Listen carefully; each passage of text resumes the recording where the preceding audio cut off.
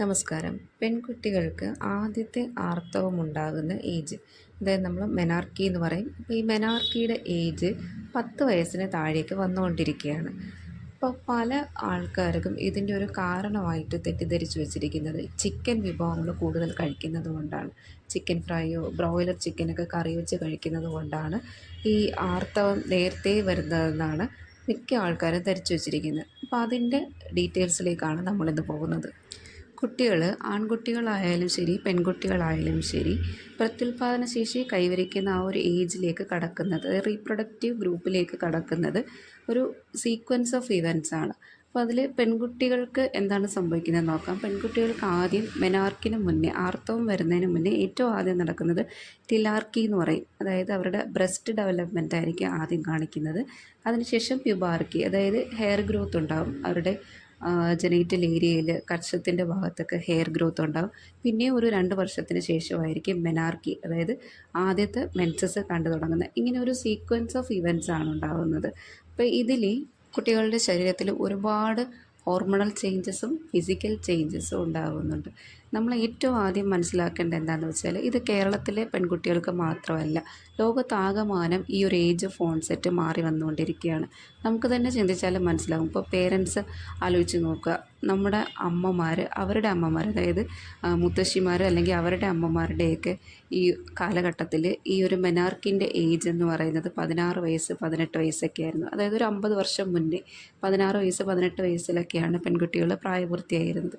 അതിനുശേഷം വന്ന ജനറേഷനിലേക്ക് നോക്കുമ്പോൾ ഒരു 12 വയസ്സ് 13 വയസ്സ് ആ ഒരു ഏജ് റേഞ്ചിലാണ് മെനാർക്കി വന്നുകൊണ്ടിരുന്നത്. അതിനുശേഷം ഇപ്പോൾ ഉള്ള കുട്ടികൾക്കാണ് ഈ 10 വയസ്സ് 9 വയസ്സ് 10 വയസ്സ് 8 വയസ്സിലൊക്കെ ആദ്യത്തെ ആർത്തവം വന്നു തുടങ്ങുന്നത്. ഇതിൽ നിന്ന് തന്നെ നമുക്ക് മനസ്സിലാക്കാവുന്നേ ഉള്ളൂ ഈ ഒരു ഏജ് കുറഞ്ഞു വരുന്നതിൻ്റെ കാരണം എന്താണെന്ന്. അതായത് ഒരു 50 വർഷം മുന്നേ ഉള്ള ലൈഫ് സ്റ്റൈലല്ല നമുക്കിപ്പോൾ ഉള്ളത്.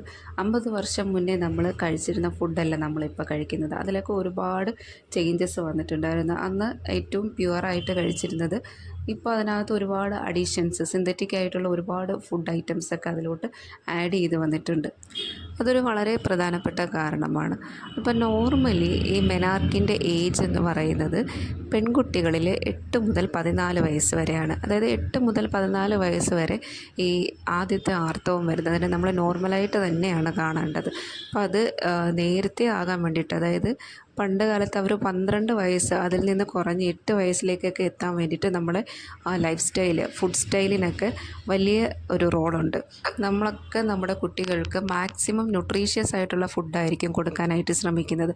അപ്പോൾ നല്ല ഹെൽത്തി ന്യൂട്രീഷ്യസ് ആയിട്ടുള്ള ഫുഡ് കഴിക്കുന്ന കുട്ടികൾ, നന്നായിട്ട് പ്രോട്ടീൻ കഴിക്കുന്നുണ്ടെന്ന് വിചാരിക്കുക. അപ്പോൾ അങ്ങനെ കഴിക്കുന്ന കുട്ടികളാകുമ്പോൾ അവരിൽ എന്താണ് ഈ ഇൻസുലിൻ ലൈക്ക് ഗ്രോത്ത് ഫാക്ടർ എന്ന് പറയും. അപ്പോൾ ഇത് റിലീസാകുമ്പോൾ ഇത് ഗൊണാഡോട്രോഫിൻ റിലീസിങ് ഹോർമോൺ, അതിനെ റിലീസ് ചെയ്യാനായിട്ട് ഹെൽപ്പ് ചെയ്യും. ഈ ഗൊണാഡോട്രോഫിൻ റിലീസിങ് ഹോർമോണാണ് കുട്ടികളിൽ സെക്സ് ഹോർമോൺസ് റിലീസ് ചെയ്യുന്നത്. അതായത് അവരുടെ പ്യൂബർട്ടിയെ പ്രൊമോട്ട് ചെയ്യുന്ന സെക്സ് ഹോർമോൺസ്, ഈസ്ട്രജൻ പെൺകുട്ടികളിൽ, ആൺകുട്ടികളിലാണെങ്കിൽ ടെസ്റ്റോസ്റ്ററോൺ. അപ്പോൾ ഇതിനെ റിലീസ് ചെയ്യാനായിട്ട് ഹെൽപ്പ് ചെയ്യുന്ന ഗൊണാഡോട്രോഫിൻ റിലീസിങ് ഹോർമോൺ GnRH എന്ന് പറയും ഇതിൻ്റെ റിലീസ് ഉണ്ടാക്കുന്നത്. ഇത് പോയിട്ട് ഈസ്ട്രജനും ടെസ്റ്റോസ്റ്ററോണും റിലീസ് ചെയ്യിക്കും. ഈസ്ട്രജൻ റിലീസ് ചെയ്യുമ്പോഴത്തേക്കും പെൺകുട്ടികളിൽ പ്യൂബർട്ടിയുടെ ലക്ഷണങ്ങൾ കാണിച്ചു തുടങ്ങും. അതുപോലെ അയൺ റിച്ച് ആയിട്ടുള്ള ഫുഡ് കൊടുക്കുമ്പോൾ അതും ഇതിനെ പ്രൊമോട്ട് ചെയ്യുകയാണ് ചെയ്യുന്നത്. ഒരു തരത്തിൽ നോക്കിയാൽ ഇതൊരു പോസിറ്റീവായിട്ടുള്ള കാര്യമാണ്. പക്ഷേ ഇതിനകത്ത് നമ്മൾ ശ്രദ്ധിക്കേണ്ട ഒരുപാട് കാര്യങ്ങളുണ്ട്. അപ്പോൾ അതിനെക്കുറിച്ച് പറയാം. 8 വയസ്സിന് മുന്നേ ആദ്യത്തെ മെൻസസ് വരുന്നു എന്ന് വിചാരിക്കുക. അങ്ങനെ 8 വയസ്സിന് മുന്നേ ആദ്യത്തെ മെൻസസ് വരുന്നതിന് നമ്മൾ പ്രിക്കോഷ്യസ് പ്യൂബർട്ടി എന്ന് പറയും. ഇങ്ങനെ പ്രിക്കോഷ്യസ് പ്യൂബർട്ടി ഉണ്ടാകുന്നതിന് ഒരുപാട് കാരണങ്ങളുണ്ട്. ചിലപ്പോൾ അത് ഓവറിയിലെ യൂട്രസിലെ എന്തെങ്കിലും അസുഖങ്ങൾ കൊണ്ടും വരാം. അതല്ലാതെ എക്സസ് എനർജി ഇൻടേക്കുള്ള കുട്ടികൾ, അതായത് പ്രത്യേകിച്ച് നമ്മൾ പറയുകയാണെങ്കിൽ കാർബോഹൈഡ്രേറ്റ്, മധുരം ഒരുപാട് അടങ്ങിയ ഫുഡ് കഴിക്കുന്ന കുട്ടികൾ, ഫാറ്റി ഫുഡ് കഴിക്കുന്നവർ, അപ്പം അങ്ങനെയുള്ള കുട്ടികളിൽ കൊഴുപ്പ് ശരീരത്തിൽ അടിഞ്ഞു കൂടിയിട്ട് എക്സസ് ആയിട്ട് ഈസ്ട്രജൻ റിലീസ് ആകുന്നതിന് അത് കാരണമാകും. അപ്പോൾ ഇങ്ങനെ ഈസ്ട്രജൻ റിലീസായി കഴിഞ്ഞാൽ അത് ഒരു പ്രിക്കോഷ്യസ് പ്യൂബർട്ടിയിലേക്ക് പോകാനുള്ള ചാൻസ് ഉണ്ട്. അപ്പോൾ ഇങ്ങനെയൊക്കെയുള്ള കണ്ടീഷൻസ് ഉണ്ടെങ്കിൽ, അതായത് 8 വയസ്സിന് മുന്നേ കുട്ടികൾക്ക് പീരീഡ്സ് ആകുന്നുണ്ടെങ്കിൽ തീർച്ചയായും നിങ്ങളൊരു ഡോക്ടറെ കണ്ട് അതിൻ്റെ കാരണം എന്താണെന്ന് മനസ്സിലാക്കിയിരിക്കണം. അബ്ഡോമിനൽ സ്കാൻ വേണ്ടുന്ന കണ്ടീഷൻസ് ആണെങ്കിൽ സ്കാൻ എടുത്ത് നോക്കുക. തൈറോയ്ഡ്, വൈറ്റമിൻ D ലെവലൊക്കെ ചെക്ക് ചെയ്തിരിക്കണം. ഇത് നോർമൽ ആണെന്ന് കരുതി വെയിറ്റ് ചെയ്യരുത്. ഇനി ചിക്കൻ കഴിക്കുന്നത് കൊണ്ട് ഇങ്ങനെ പ്രിക്കോഷ്യസ് പ്യൂബർട്ടി ഉണ്ടാകുമോ എന്ന് ചോദിച്ചാൽ അതിന് പ്രത്യേകിച്ച് എവിഡൻസ് ഒന്നും തന്നെയില്ല. അത് മാത്രമല്ല, ചിക്കൻ മാത്രമല്ല, നമ്മൾ ഈ പറഞ്ഞതുപോലെ ഏത് ഫുഡായാലും ഒരുപാട് ഫാറ്റി ആയിട്ട് കഴിച്ചു കഴിഞ്ഞാൽ ഈ എക്സസ് ആയിട്ട് ഈസ്ട്രജൻ റിലീസ് ആകും. നമ്മൾ നേരത്തെ പറഞ്ഞു. ചിക്കൻ മാത്രമല്ല, ചിക്കൻ ഹോർമോൺ കുത്തിവെച്ച് ചിക്കൻ കഴിക്കുന്നത് കൊണ്ടാണോ ഇതിങ്ങനെ ഉണ്ടാകുന്നതെന്ന് പല പേരൻസിൻ്റെ ഒരു സംശയമാണ്. അപ്പോൾ ഹോർമോൺ കുത്തിവെക്കുമ്പോൾ ഗ്രോത്ത് ഹോർമോൺസ് ആയിരിക്കും ഈ കോഴികളിൽ കുത്തിവെക്കുന്നത്. അപ്പോൾ ഈ ഗ്രോത്ത് ഹോർമോൺസ് നമ്മൾ തിളപ്പിക്കുമ്പോഴോ അങ്ങനെ വേവിച്ചൊക്കെ കഴിക്കുമ്പോഴോ അത് മിക്കവാറും നശിച്ചു പോകേണ്ടതാണ്. ഇനി അങ്ങനെ നശിച്ചിട്ടില്ലെങ്കിൽ അത് ഈ ഗ്രോത്ത് ഹോർമോൺസ് കോഴികൾക്ക് സ്പെസിഫിക് ആയിട്ടുള്ളതായിരിക്കും. അവർക്ക് ഹ്യൂമൻസിൽ പ്രത്യേകിച്ച് ആക്ഷൻസ് ഒന്നും ഇല്ല എന്നുള്ളതാണ് ഞാൻ മനസ്സിലാക്കുന്നൊരു കാര്യം. സോ ചിക്കൻ കഴിക്കുന്നതിൽ നിന്ന് കുട്ടികളെ തടയുക എന്നതിനേക്കാൾ ഉപരി കുട്ടികളുടെ ഡയറ്റ് ഹെൽത്തി ആയിട്ട് സെറ്റ് ചെയ്യുക. ചിക്കനും അതിനകത്ത് ഉൾപ്പെടുത്താവുന്നതാണ്. നമ്മൾ ഈ പറഞ്ഞ പോലെ ജങ്ക് ഫുഡ്, എക്സസ് ഫാറ്റി ആയിട്ടുള്ള ഫുഡൊക്കെ ഒഴിവാക്കാനായിട്ട് ശ്രമിക്കുക.